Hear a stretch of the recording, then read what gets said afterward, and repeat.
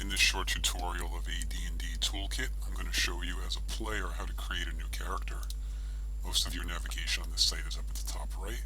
You're going to hover over Players, click My Characters. These are my existing characters, and I can click on one of them to get to the character sheet. Or if I need to enter a campaign token here, deactivate or delete a character. To create a new one, I click this big red Create Character button.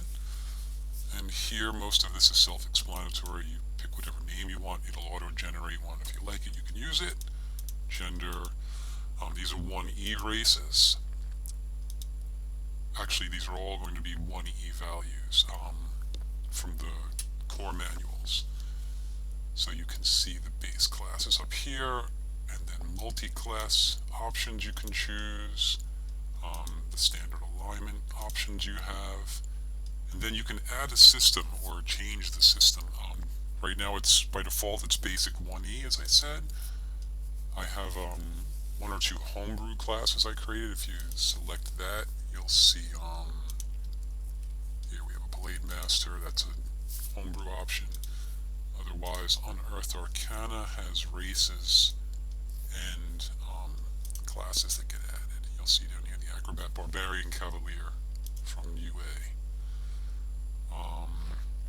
Your ability scores, these are auto-rolled using 4d6, dropping the lowest score, but you can edit any of these, so if you want to do your own rolling. And if you check this box for Ignore Limitations, the toolkit follows 1E or Unearthed Arcana depending on what system you're using. I'm going to go back to basic 1E here. And it takes all the limitations that are noted in the PHB and the DMG.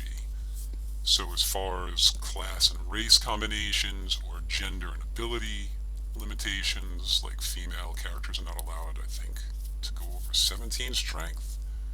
Some of them, 18 strength for female fighters that are human, but their limit's 18.5 and so forth. Druids have to be neutral in alignment. Paladins have to be lawful good in alignment. All those different factors. The ability minimum is required for rangers and paladins and monks and so forth. All those limitations are built into Toolkit. So if you try to create a character, like if I tried to create right now a dwarf monk, it's going to tell me that I can't do that for a number of reasons. Constitution is too low for a male dwarf. Class alignment is not possible. Class race, dwarf and monks don't work, and so forth. So those are great hints, especially for newer DMs and players. If you want to shut those off, check Ignore Limitations, and you can create any character combination here that you wish. Once you've done that, a few notes down here, it'll tell you that once you click this big red Create button, your character will be created. The character age is determined randomly according to the DMG, and depending on your age, race, and class, you might get a couple of, like a +1 or -1, possibly 2 on a couple of abilities. For instance, a half-orc character is going to start with a +1 strength and +1 constitution, but -2 charisma. And so if I had these values for my abilities here, and I actually create this character, the strength will go up to 17 and the con up to 9, and then my charisma will drop to 13. If there's an age adjustment, that also will edit these here. In 1E we have adjustments for 5 different, I think it is, age thresholds throughout a character's lifetime.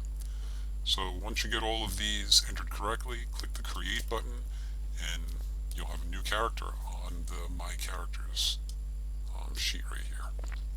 The last feature here is if you want to create some random NPC characters, you can click this link, and what it will do is, according to ratios determined in the DMG, meaning like monks and paladins are going to be a very small percentage of the time. I think it's like 4, 3, or 2% of the time.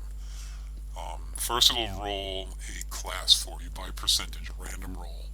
Once it selects, for instance, in this case it selected a druid as the class, it then will keep re-rolling any other features that don't meet those requirements.